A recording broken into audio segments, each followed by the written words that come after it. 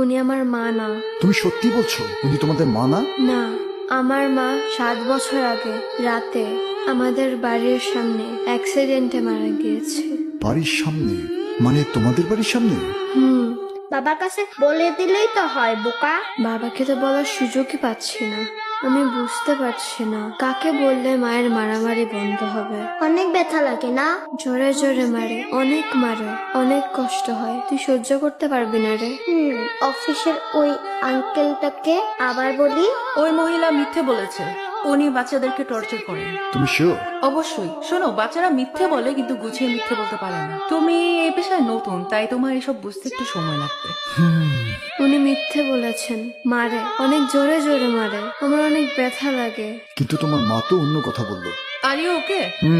না মানে কালকে ওই বাচ্চাদের বাড়িতে যাওয়ার পর থেকে কেমন যেন অস্থির লাগছে।